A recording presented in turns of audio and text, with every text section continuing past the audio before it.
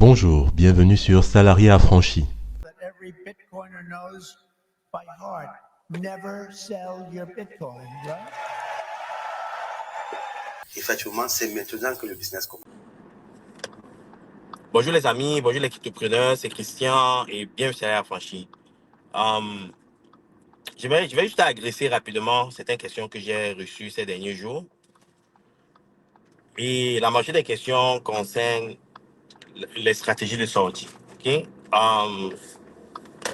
Beaucoup de gens m'ont reproché pendant le dernier bull run, je pense, quand le marché tombait en 2022, 2021, fin 2021, début 2022. Beaucoup de gens m'ont reproché le fait que j'ai pas beaucoup parlé de la stratégie de sortie. Et malheureusement, certaines personnes se sont fait de l'argent et l'ont perdu. Ok? Parce que elles hésitaient à prendre leur profit en espérant que le marché devait continuer à monter. OK?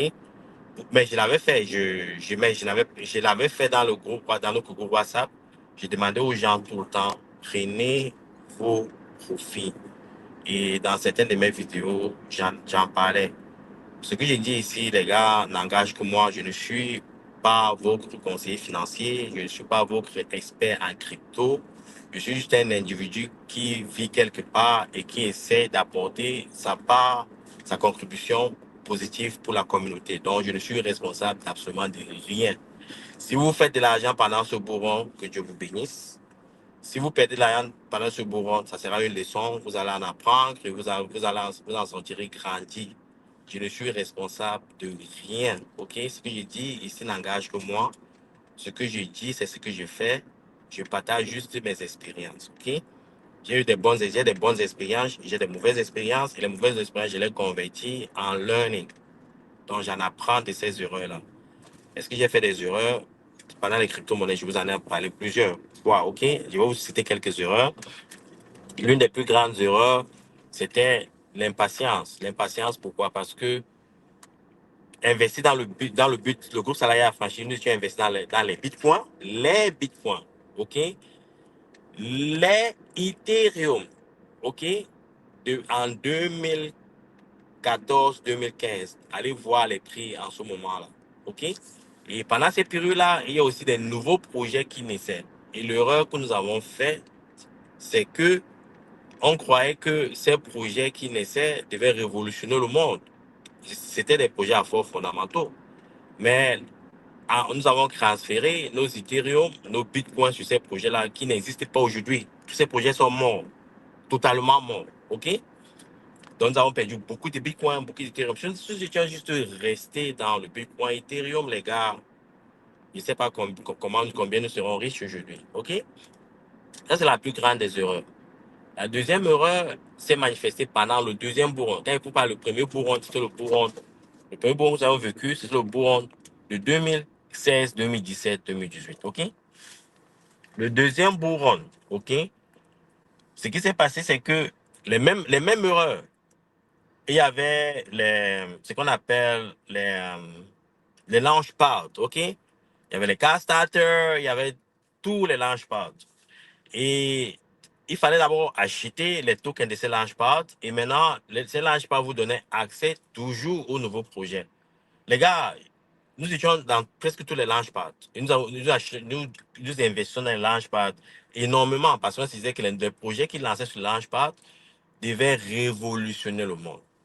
Nous avons acheté plus de, si je compte, si j'ai bonne mémoire, nous avons lancé plus de 40 nouveaux projets. Imaginez combien d'Ethereum et de Bitcoin nous avons investi sur ces projets-là. Sur tous les 40 projets, les gars, aucun projet n'a émergé. Aucun. Ça vous fait mal? OK? Nous avons perdu tout.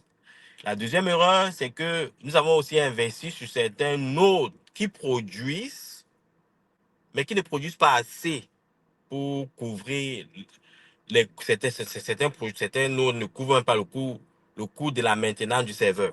OK? Il y a que deux nodes qui parviennent à bien fonctionner, qui apportent un retour mensuel considérable. Par exemple, les nodes de Gala. Mais ces nodes nous ont coûté presque 120 000 dollars américains. 120 000 dollars américains. Ça produit en moyenne, je pense, 700, entre 700 et 1000 dollars américains tous les mois. OK? Donc, voilà un autre exemple. OK? Donc, ça, c'est des erreurs. Alors que, avec, si par exemple, si nous n'avions pas investi sur ces notes, et quand nous étions restés, par exemple, sur Ethereum, on serait plus avantageux. OK? Et, mais j'ai aucun regret. Hein. Ce sont juste des learnings. Je partage juste avec vous pour comprendre des erreurs que vous faites pendant le bull run. OK? Et quelle autre erreur? Il y a vraiment il y a vraiment un investissement de notes qui nous a vraiment coûté extrêmement cher et qui n'a rien produit. C'était les notes de Pocket. OK? Nous sommes entrés dans les notes de Pocket quand Pocket se vendait quoi, 3, 4 dollars et il fallait 15 000 Pocket pour créer un note. Donc, les gars, faites le calcul, OK? On a dépensé presque 45 000. Et je pense que on avait mis un Bitcoin pour acheter le node de Pocket. Pocket ne produit absolument rien. Le prix du Pocket, c'est 40 cents.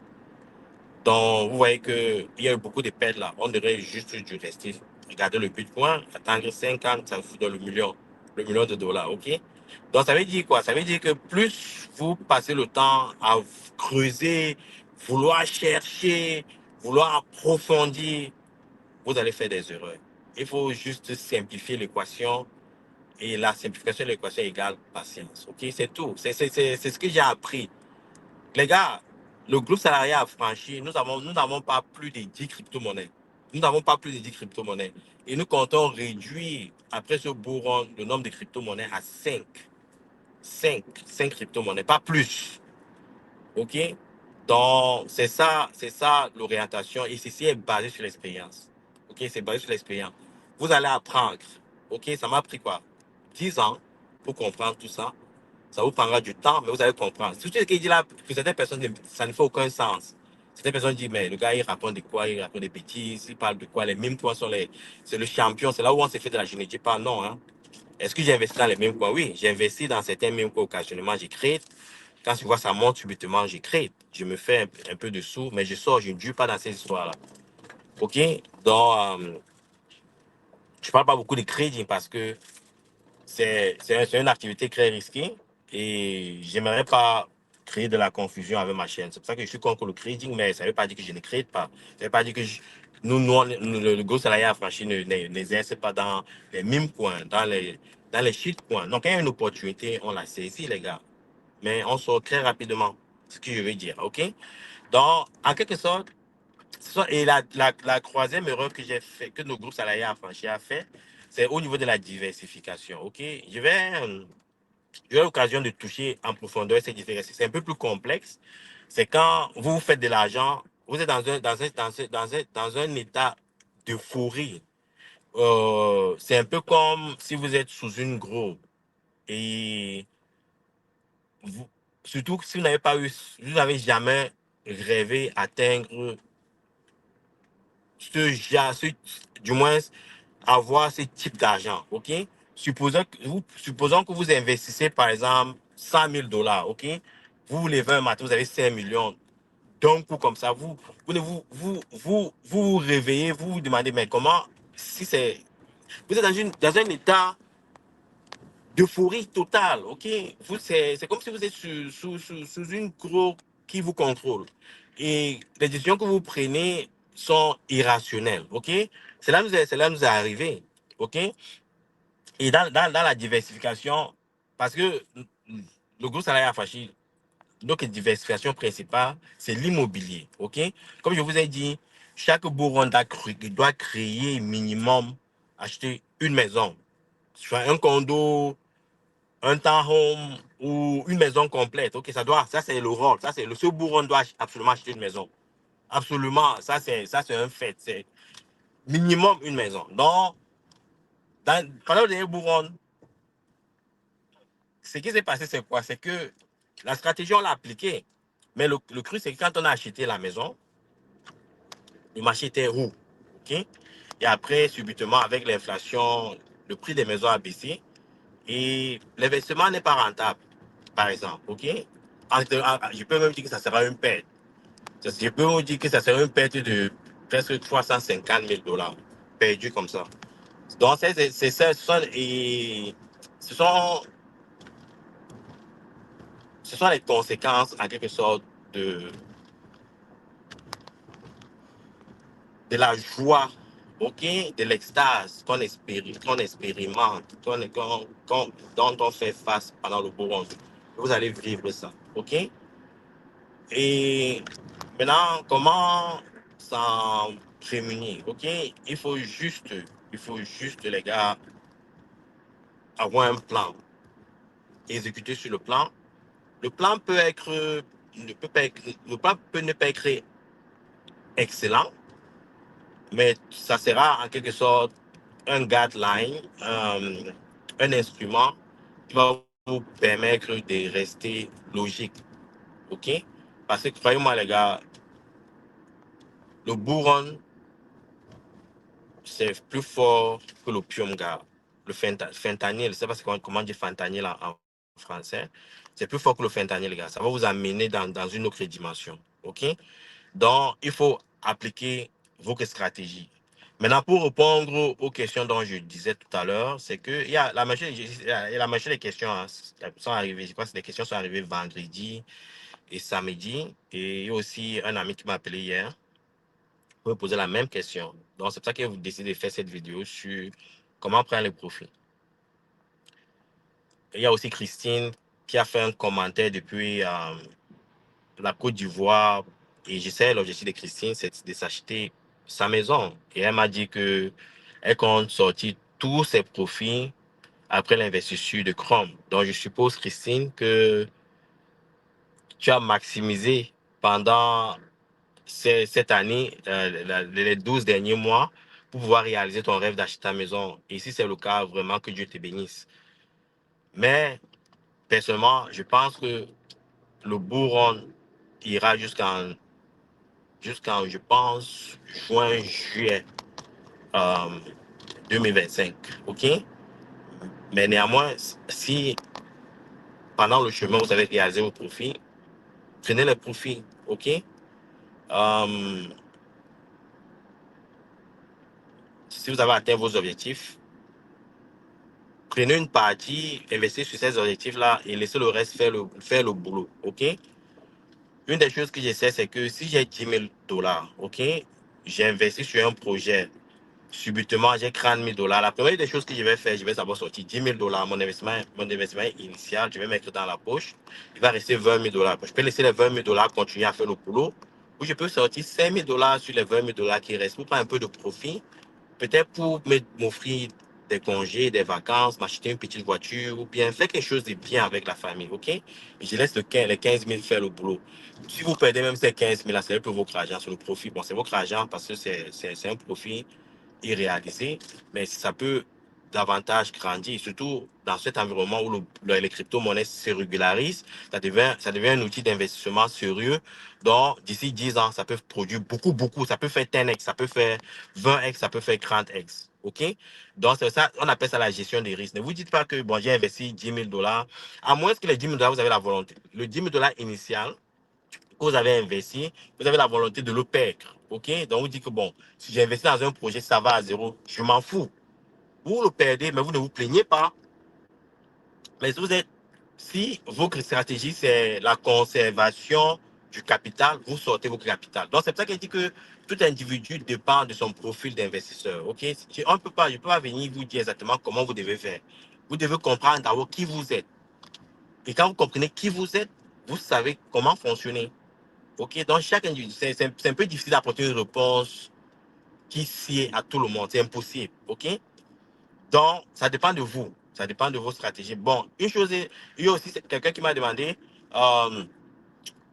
qui m'a dit qu'il a réalisé beaucoup de profits, mais qui ne veut pas sortir des crypto-monnaies, qui veut rester dans les crypto-monnaies, qui ne veut pas convertir son argent en fiat. Vous pouvez le faire en USDT. Ça veut dire que si vous avez, par exemple, vos cryptos, les Floki, les Solana, les Bitcoin, Ethereum et autres, OK? Si vous ne voulez pas sortir du marché, une autre stratégie, c'est de le mettre dans un stablecoin. Et il faut faire attention aux stablecoin programming, là, comme les UST. UST, les gars, la Salaya Facha a perdu beaucoup d'argent sur UST. C'est Luna, c'était le stablecoin de Luna, les gars. Ça nous a bien niqué. Ça, c'est aussi une erreur que nous avons fait pendant le dernier bull run. Donc, ce qu'il faut faire, c'est que vous convertissez dans les USDT et les USDC. USDC, préférablement, parce que USDC, c'est un stablecoin de Circle qui est associé à Coinbase et ils sont audités. Pour chaque USDC là que vous voyez listé, il y a un équivalent du US dollar. Donc, ça veut dire que quand vous avez le USDC, vous avez le dollar américain. Ces gars-là sont audités très fréquemment et ils respectent la régulation américaine. Par contre, il faut faire attention avec le USDT, Tether, ok? Le problème avec Tether, c'est que c'est même le premier stablecoin, c'est ceux qui ont révolutionné le monde des crypto-monnaies avec le USDT. Le problème avec Tether, c'est que une partie de leur trésorerie est réinvestie sur certains papiers commerciaux, ok? Donc, ils n'ont pas forcément les dollars américains, ok? Quand ils mettent là, ils ont l'équivalent des dollars américains, ils prennent une partie, si j'ai bonne mémoire, il y a 3 ans quand ils faisaient les recherches, je pense que 30% de leur trésorerie était réinvestie sur des papiers commerciaux et sur certains investissements. Et le problème, c'est que ces investissements fluctuent. Parce que ce n'est pas peg au dollar américain. Donc, comme ces investissements fluctuent, souvent vous allez voir que peut-être à un moment, ça avait des pegs. Ça veut dire que la parité avait fluctué ou peut-être se vendait à 89 cents pour $1 américain. Parce que ces papiers commerciaux avaient perdu la valeur. OK, donc il faut faire attention dans quoi vous vous mettez. Et c'est pour ça que certaines personnes ne le comprennent pas, mais Tether est un bon projet. OK? Tether est un très bon projet. C'est un bon stablecoin. Il faut éviter des stablecoins comme DAI, par exemple, DAI, on appelle ça DAI. Il faut éviter les projets comme UST, qui sont des crus programmés et qui sont un peu algorithmiquement associés au dollar américain et qui peut dipec totalement et devenir zéro, comme UST. OK? Donc, il faut faire très attention. Et là, maintenant, quand vous vous positionnez sur ces trucs, et pendant le bear market, quand certains projets perdent 50-90% de leur valeur, vous vous réinjectez, vous vous préparez pour le prochain bull run. Ça, c'est une autre conversation que nous aurons.